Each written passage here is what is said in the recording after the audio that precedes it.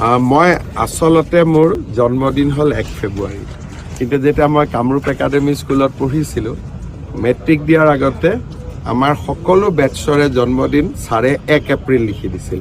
সেইকাৰণে চৰকাৰী কিতাপ কাগজত মোৰ জন্মদিন 1 এপ্ৰিল থাকে। বিহালী ইলেকশ্যনৰ সময়ত মই কৈছিলোঁ যে ভাল দিনত আহি মহিলা উদ্যমিতা আঁচনিখন আৰম্ভ কৰিম। আজি কেইবা হাজাৰো প্ৰায় 22-23 হাজাৰ মহিলাক বিহালী সমষ্টিত আমি মহিলা উদ্যমিতাৰ 10,000 টকাকৈ বিতৰণ কৰিম। বাকী সমষ্টিবিলাকতো আমি এনেকুৱা একোটা অনুষ্ঠান আয়োজন কৰিম। মই সকলো মন্ত্ৰী বিধায়কক কৈছোঁ যে মোৰ পৰা একোটাকৈ ডেট ল'ব লাগে আৰু সেনেদৰে আমি সমষ্টিবিলাকত গৈ মহিলা উদ্যমিতা আঁচনিৰ ধন বিতৰণ কৰিম। মহিলা উদ্যমিতা আঁচনিত প্ৰথম বছৰ আমি 10,000 টকা দিম, অৰ্থাৎ 2025-26। 26-27 চনত আমি আৰু 25,000 টকা দিম।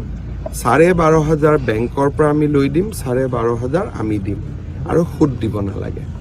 তৃতীয় বছৰত আমি 50,000 টকালৈকে আমি মহিলাসকলক বেংক আৰু চৰকাৰে মিলি দিব। ইয়াতে 10,000 টকা আমি আজি 27 লাখ মহিলাক দিম। যিসকলে ভাল কৰিব, উৎপাদনমূলক কাম কৰিব, তেওঁলোকক আমি 25,000 টকালৈকে নিৰ্বাচিত কৰিম। 25,000 টকাটো যোনে ভাল কাম কৰিব তেওঁলোকক আমি 50,000 টকালৈ নিৰ্বাচিত কৰিম। কিন্তু প্ৰথম 10,000 টকাটো আমি সকলো আই মাতৃক, 27 লাখ গাঁৱৰ, 3 লাখ চহৰৰ, আমি সকলো আই মাতৃক দিয়াৰ বাবে সিদ্ধান্ত লৈছোঁ। স্বাস্থ্য মেলা আপুনি উদ্বোধন কৰিব। আজি দুটা আৰু ভাল কাম হ'ব। এটা হ'ল অসমত প্ৰতিটো ৱাৰ্ডতে VCDC, আমাৰ স্বায়ত্তশাসিত জিলা পৰিষদৰ সমষ্টি, গাঁও পঞ্চায়ত, আমাৰ পৌৰসভা, প্ৰত্যেক ৱাৰ্ডতে আমি একোখন স্বাস্থ্য মেলা কৰিম। তাৰো শুভাৰম্ভণি হ'ব। আজি আৰু এটা আমি নতুন কাম কৰিম, সেইটো হ'ল আজিৰ পৰা ধান ক্ৰয় কৰিলে চৰকাৰে অতিৰিক্তকৈ 250 টকা দিব।